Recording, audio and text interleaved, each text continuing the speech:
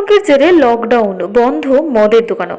এই সুযোগে কিছু অসাধু ব্যবসায়ী অবৈধভাবে চড়া দামে বিক্রি করছে মদ। হ্যাঁ, এমনটাই দেখা গেছে দক্ষিণ চব্বিশ পরগনা জেলার কাশীপুর থানার অন্তর্গত লাঙ্গলবেকি গ্রামে। এদিন অবৈধভাবে দিনের বেলাতেই শুরু হয়েছিল মদ পাচারের কাজ। যুক্ত ছিল বেশ কিছু অসাধু ব্যবসায়ী। খবর পেয়ে জোটবদ্ধ হয় গ্রামবাসীরা। মদ পাচারকারী একটি টোটোকে তারা আটক করে। উদ্ধার হয় বহু মদের বোতল। এরপর খবর যায় কাশীপুর থানায়। কাশীপুর থানার পুলিশ এসে তদন্ত চালিয়ে মদের বোতলগুলি উদ্ধার করে। এর পাশাপাশি মদ বিক্রির অভিযোগে লাঙ্গলবেকি গ্রামের বাসিন্দা দীপঙ্কর মণ্ডল এবং গৌতম মণ্ডলের বাড়িতেও তল্লাশি চালিয়েছে পুলিশ।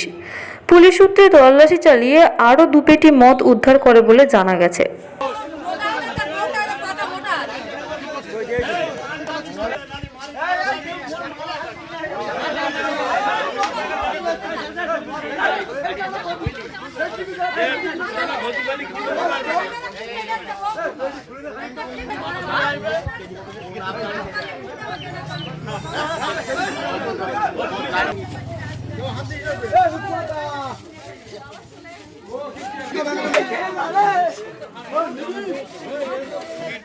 কি হয়েছে, কি সমস্যাটা কি হয়েছে?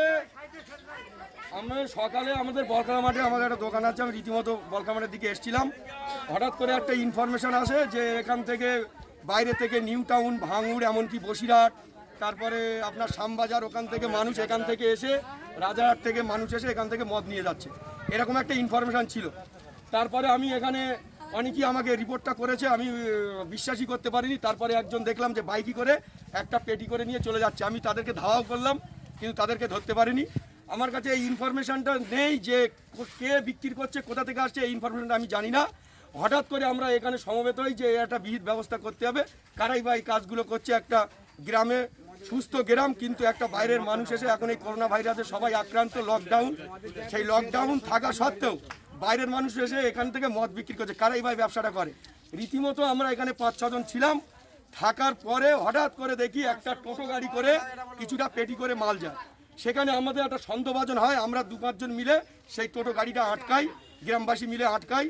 আটকাবার পরে সেই প্যাকেটটা খুলে দেখি তাদের মদের, বিদেশি মদের বোতল আছে। আপনারা কি চাইছেন, গ্রামে মদ বিক্রি বন্ধ?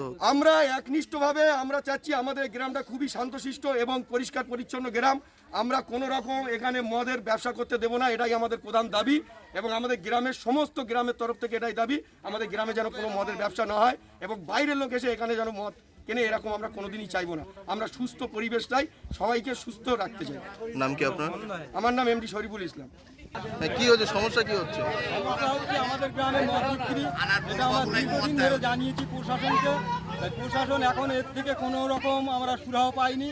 তাই আজকের এই করোনা ভাইরাস উপলক্ষ করে আমরা সমস্ত গ্রাম, আমাদের গ্রামটা খুবই শান্ত, এবং তাতে করে আমরা যা দেখছি যে বাইরে থেকে যে বিদেশি লোকগুলো এখানে আসছে, তারা মদ নিয়ে যাচ্ছে, এবং তাদের মধ্যে করোনা ভাইরাস আছে কি না আছে সেটা আমরাই বা কীভাবে জানবো। কিন্তু এভাবে থেকে আমাদের গ্রামটাও তো করোনা ভাইরাসে পরিণত হতে পারে। তাই আমরা অবিলম্বে প্রশাসনের কাছে দাবি রাখছি, বা আমরা গ্রামের একত্রিত লোক প্রশাসনের কাছে দাবি রাখছি যে অবিলম্বে মদটুকু বন্ধ করতে হবে। এর আগেও তো প্রশাসনকে জানিয়েছিলেন? প্রশাসনকে জানিয়েও আমাদের কোনো কাজ হয়নি। নাম কি আপনার? আমার নাম বিক্রমজিৎ মণ্ডল।